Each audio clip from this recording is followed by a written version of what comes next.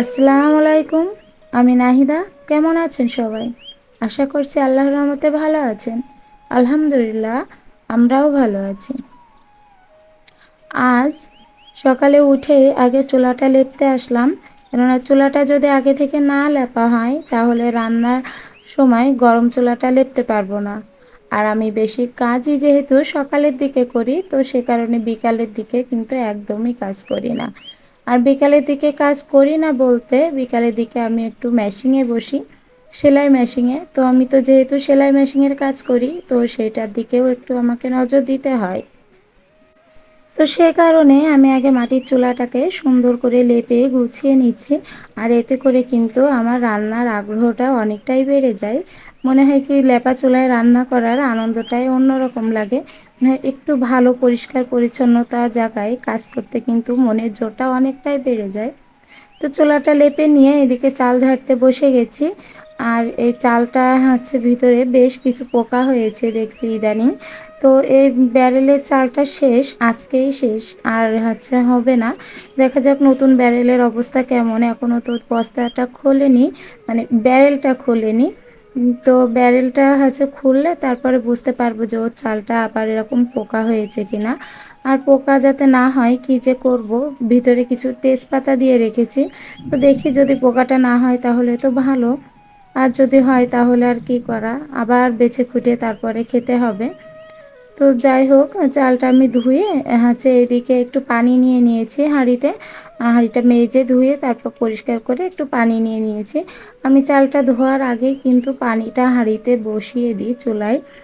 পানিটা যেই হালকা গরম হয়ে যায়, ঠিক সে পর্যায়ে যে আমি ধোয়া চালটা গরম পানির ভিতর দিয়ে দিই। তাতে করে আমার বেশ সুবিধাই হয়, মনে হয় যে হচ্ছে চালটা ভাতটা বেশ তাড়াতাড়ি ফুটছে এবং রান্নাটাও কিন্তু দ্রুত হচ্ছে।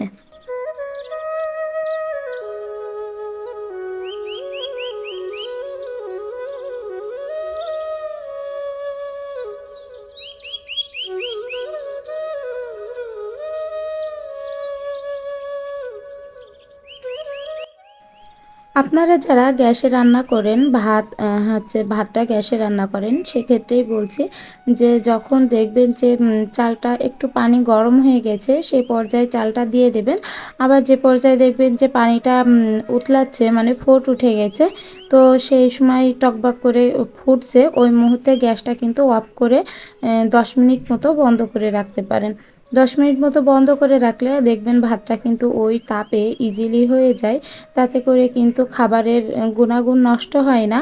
আবার হচ্ছে এদিকে খাবারটা যে নষ্ট হয়ে যায় সেটাও কিন্তু নয়, এটাও কিন্তু ভালোই থাকে। এতে করে কিন্তু আপনার হচ্ছে গ্যাসটাও একটু কম পড়বে, আর তাতে করে আপনার একটু সাশ্রয়ী হবে। আমি যখন গ্যাসে রান্না করতাম আমি ঠিক এইভাবেই রান্নাটা করতাম, তাতে কিন্তু ভাতের কোনো সমস্যা হতো না। তো আপনারা এটা ট্রাই করে দেখতে পারেন। একদিন প্রথমে কিছু চাল নিয়ে এইভাবে করে হচ্ছে রান্না করে দেখবেন।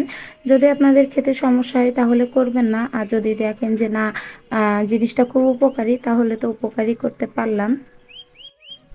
আজ রান্না করব পটল আর আলু দিয়ে, আর এদিকে রান্না করব পেঁপে। তো পেঁপেটা আজকে ঘন্ট করব, যেহেতু ভিতরে একটু লাল লাল মতো হয়ে গেছে। আর হচ্ছে পটল কিনেছিলাম, সে পটল দিয়ে ডিম দিয়ে আলু দিয়ে রান্নাটা করব।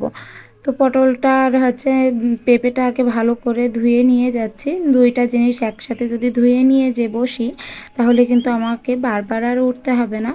আর বেশিরভাগই যেটা হয় যে এক জায়গায় পানি ব্যবস্থা আছে আর এক জায়গায় রান্নার ব্যবস্থা, তো ভীষণ পরিমাণে ঝামেলা হয় যখন এই রান্নাটা করতে বসি।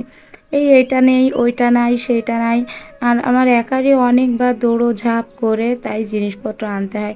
বাসায় তো যেহেতু এই মুহূর্তে কেউ থাকে না, প্রত্যেকে যার যার কাজে ব্যস্ত। আমার হাজব্যান্ড অফিসে চলে গেছে, আর বাবু তো স্কুলে গেছে, আর আমার ভাইটাও হচ্ছে চলে গেছে কোচিংয়ে। তো যে কারণে এই সময়টা শুধুমাত্র আমি একাই, কাউকে যে বলবো এনে দিতে সেটাও করার জন্যে, আবার যে পুরো ঘরের ভিতরে সমস্ত জিনিস নিয়ে আসে এখানে বেরো করে সেটা আবার হচ্ছে তুলবো, সেটাও হয়ে ওঠে না। তো যখন যেটা লাগে আর যখন যেটা মনে পড়ে সে তখনই সেটা বারবার হয়তো এক রান্না করতে বসে 10-12 ওঠা হয় যে কোনো জিনিস আনতে। অনেক সময় সব কিছু গুছিয়ে নিয়ে বসলেও হয়তো বা কিছু না কিছু ভুলে যাই। আমার তো এমনিতেই ভুলো মন। তো বারবার কিছু না কিছু ভুলে রেখে আসবোই, সে কারণেই উঠতে হয়। তো রান্নাটা কমপ্লিট হয়ে গেছে। এবার পুরো রান্নাঘরের যে এলোমেলোগুলো করছি সেগুলো এখন একটু পরিষ্কার করে নিব। আর এই যে এর ভিতরের এই তাকের ভিতরটা একটু পরিষ্কার করতে চাইছিলাম। তো আজকে ভাবলাম আজকে থাক, আর একদিন করব। তেমন একটা যে ময়লা পড়ে সেটা না, কিন্তু তবুও একটু যদি ঘন ঘন পরিষ্কার করা হয় তাহলে দেখতে কিন্তু বেশ ভালোই লাগে।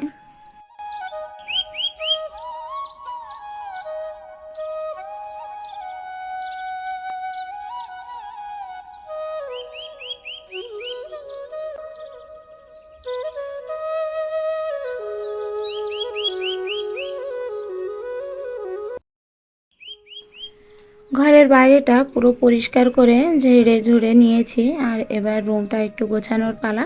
আর আমার বেশিরভাগ কাজ আমি যে সকালে করি, যে তার কারণে একটাই, যে সকালের টাইমে কিন্তু বাসায় তেমন কেউ থাকে না। আর আমাকে বারবার ডাকারও কেউ থাকে না, যে বারবার ডাক দিবে যে এখনই আসো কি এখনই করতে হবে, এরকমভাবে কেউ ডাকার নাই। তো যে কারণে আমি সকালের টাইমেই কিন্তু কাজটা করে রাখি। আর এদিকে একটু ঝাড়া পোকার কাজও করছি, কেননা আজ কয়েকটা দিন তবে একটু ধুলো কম, যেহেতু বারবার বৃষ্টি হচ্ছে। বাইরের রাস্তাটাও ভিজা আছে, একটু কাদা হলেও কিন্তু ধুলার হাত থেকে একটু রক্ষা পেয়েছি। তো সে কারণে 2-3 দিন যাবৎ আমার রুমের ফার্নিচারগুলো একটু মোছা হয়নি, আলসেমি করেই মোছা হয়নি। তো এখন দেখছি যে একটু আজকে মোছাই লাগবে, না মুছলে হবে না। তো সে কারণে ওয়ারড্রপটা একটু ভালো করে মুছে নিলাম। আর এর উপরে ল্যাপটপটাও রেখে দিলাম ঠিকঠাক জায়গায়। এটা আমি এক কোনায় রাখতে চাই, কিন্তু আমার হাজব্যান্ড পছন্দ করে না। উনি বলেন যে না, আমার জিনিস যেখানে রাখবো ঠিক সেখানেই থাকবে, ওটা ওখান থেকে সরাবা না। তো আমার চোখে ভালো লাগলে কি, অথবা সেই জিনিসটা সৌন্দর্য করতে গেলেও ওনার কাছে ভালো লাগে না। উনি ঠিক যেটা যেভাবে রাখবে সেটাই ওনার কাছে ভালো লাগে।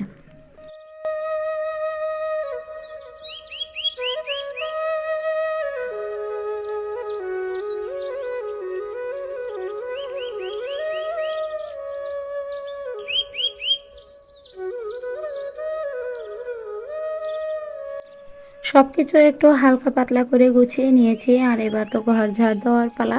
ঘরটা একটু ঝাড় দিয়ে নিলাম। সকালের দিকে দেওয়া হয় ঘর ঝাড়ুটা, তবুও এই রান্না করে ওঠার পর আর একবার যদি ঘরটা ঝাড়ু দিয়ে মুছে না ঢুকি তাহলে নিজের কাছেও অনেকটা অস্বস্তি লাগে।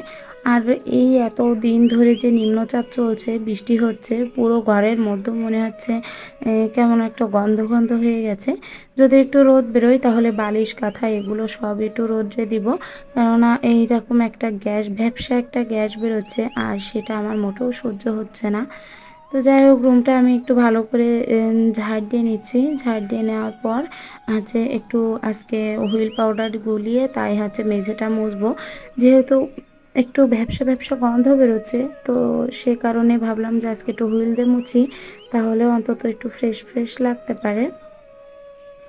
তো ফ্লোর ম্যাটের অবস্থাটা আপনারা দেখেই বুঝতে পারছেন যে চারিপাশে যে টেপ মারা ছিল সে টেপটা কিন্তু উঠে গেছে। আজ বেশ কয়েকদিন ধরে বলছি যে ওর আঠাটা কেনা লাগবে, কিন্তু মনেই থাকে না আমার হাজব্যান্ডের। আর আমিও যখন বাজারে যাই তখন আমারও মনে থাকে না। তো এবার দিন ভাবছি লিখে রাখবো, যদি হাতে লিখে নিয়ে যাব হাতের তালুতে, তাহলে হয়তো মার্কেটে যখন যাব টাকা বের করার সময় হয়তো আঠাটার কথা মনে উঠবে। তো যাই হোক, আমি হুইল পাউডার একটু গুলিয়ে নিয়েছি, নিয়ে অল্প একটু দিয়েছি 1 চামচ মতো, দিয়ে এটা পুরোটা ক্লিন করে নিচ্ছে আস্তে আস্তে। কেননা এর ভিতরে দেখছি একটু একটু করে দাগও পড়েছে, যেহেতু টাইলস না, ফ্লোর ম্যাট পাতা আমার এখানে। তো এই ফ্লোর ম্যাটের উপরে যখনই একটু ঝোলের দাগ পড়ে সেটা কিন্তু দাগ হয়ে যায়, আর ওই দাগটা উঠাতে গেলে বেশ 2-3 দিন লেগে যায় আমার।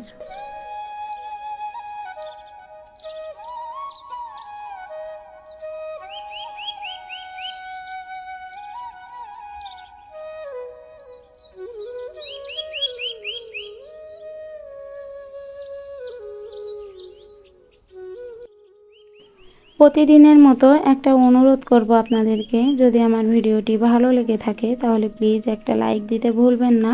আর যদি চান আপনাদের এই বোনটি একটু হলেও ইউটিউবে জায়গা করে নিক, তাহলে চ্যানেলটিকে সাবস্ক্রাইব করতে পারেন আর এই বোনটির পাশে দাঁড়াতে পারেন। আর আমার ভিডিওতে কোথাও কোনো ভুল করে থাকলে অবশ্যই কমেন্টে জানাবেন, তাতে কিন্তু আমি মোটেও রাগ করব না অথবা কোনো বাজে ভাবেও নিব না। যেহেতু আমি নতুন, আমাকে একটু ধরবেন, শিখাবেন যে আমার এই জিনিসটা ভুল হচ্ছে কিংবা আমার ওই জিনিসটা দেখানো ভুল হচ্ছে, এভাবে করে আপনারা কিন্তু বলে দিতে পারেন। আর আপনাদের সাথে আর একটা কথা শেয়ার করি, আমি ইউটিউব সম্পর্কে কিছু কিছু জিনিস জানতে পেরেছি যেগুলো স্বাভাবিকভাবে ট্যাগ ভিডিওতে বলে না। আর ট্যাগ ভিডিওতে কখনো সেইভাবে খোলামেলা কথাও বলে না। আসলে নিজেই যদি উঠতে না পারি তো আর একজনকে কীভাবে সাজেশন দেব, তো সে কারণেই কোনো বিষয় বলিনি। কিন্তু ইউটিউব সম্পর্কে ইদানিং একটু জানার চেষ্টা করছি, তো সে কারণে একটু কিছু কিছু জানতে পেরেছি। যদি আপনারা একটু জানার ইচ্ছা হয়, তা ইচ্ছার আগ্রহ দেখান, তাহলে প্লিজ কমেন্ট বক্সে জানাবেন। যদি আপনাদের জানার আগ্রহ থাকে তাও অবশ্যই আমি সেগুলো আপনাদের সাথে শেয়ার করব। আর এই ফুলটা রাখা ছিল একটা কৌটায়, সেই কৌটা থেকে নিয়ে নিয়েছি। সবসময় কৌটার মধ্যে ভালো লাগছিল না, একটু মাঝে মধ্যে চেঞ্জ করে দিলেও ভালো লাগে। তো এই ফুলটা আপাতত ফুলদানির ভিতরেই রাখছি। আর একটা বড় ফুল কিনবো, তবে সবসময় মন চাইলে তো আর সব জিনিস কেনা হয়ে ওঠে না। তবে চেষ্টা হবে আস্তে আস্তে আমার এই ছোট্ট ঘরটা যতটুকু পারি আমার সাধ্যের মতো সাজানোর চেষ্টা করব। তো এই যে একটা কোণা আমি এভাবে করে গুছিয়েছি। আর এর উপরে তো একটু ছোট ছোট যে আমার ঘরে যে বাচ্চাদের খেলনা ছিল, তো সেগুলো দিয়েই আমি সাজিয়েছি। আর এই র্যাকটার ভিতর আমি যতটাই গুছাই ততটাই কিন্তু অগোছালোই লাগে। এটা যেহেতু আমি টেলার্সের কাজ করি, তার অর্ডারি যত কাপড় থাকে সেগুলো সব এখানে অর্ডারি কাজ কমপ্লিট করে রাখা আছে। তো সে কারণে কিন্তু কাপড়গুলো সেভাবে গোছানো থাকে না তেমন একটা। ওগুলো যেমনই আছে ওইভাবেই থাক, ওটা বেশি ভাঁজ করতে গেলে হয়তো আমার সারাদিন পার হয়ে যাবে। আর বাবুর এক্সাম শেষ হয়ে গেছে গতকালকে। তো আজকে থেকে ওর ক্লাসটা শুরু হয়ে গেছে, যেতে চাইছিল না। তবুও বললাম যে সামনেই তো বার্ষিক পরীক্ষা, তো তুমি যাও, না গেলে সমস্যা হবে। তো যাই হোক, ওরে বলে বুঝিয়ে দিয়ে পাঠালাম। আর তো পুরো ঘরের কাজ সকালের টাইমেই করে নিই আমি, 11:30টা পর্যন্ত একটানা কাজ করি। আপনারা যারা ঘরের কাজ করেন তারা অনেকে তো সারাটা দিন ধরেও কাজ করেন, আমাদের থেকেও বেশি। তো আমি তো খুব সিম্পল স্বাভাবিকভাবেই কাজটা দেখাই। এই কাপড়গুলো বেশ কিছুদিন ধরে জমা হয়েছিল, তো এগুলা ভাঁজ করে একটু গুছিয়ে নিচ্ছি, কেননা আরও 2টা দিন যদি যাই তাহলে আরও কাপড় চোপড় দলা হয়ে ঠিক ওর উপরেই থেকে যাবে। তো সেই কারণে ভাবলাম যে না, আজ আলসেমি আর করবো না, খুব এগুলো আগে ভাঁজ করে তারপরে আরও কিছু কাপড় আছে, মেয়ের কাপড়, আমার ছেলের কাপড়, সেগুলো সব গুছিয়ে তাই রাখবো। মেয়ের কাপড়টা তো ওয়ারড্রপেই রাখি, তাতে সমস্যা হয় না। আর ছেলের কাপড়টা তো আলনাতেই রেখে দিয়েছি। সকালবেলা বাবু ডালটা কিনে দিয়ে গেছিলো, তো সেটা কৌটায় ওঠাতে খেয়াল ছিল না। তো এখন যাই হোক নিরিবিলি হয়েছি, এখন মনে পড়লো যে পলিথিনে এইভাবেই রয়েছে। তো ডালটা ঢেলে নিলাম, আর এখান থেকে কিছু ডাল রেখে দেব। আমার হাজব্যান্ড কিন্তু ডালের বড়া খেতে ভীষণ পছন্দ করে, তো ওনার জন্য এই তো ধুয়ে ভিজিয়ে রেখেছি, এটা বিকালের দিকে বড়া করে দেব। আমার আজকের ভিডিও এখানেই শেষ করছি। আল্লাহ হাফেজ।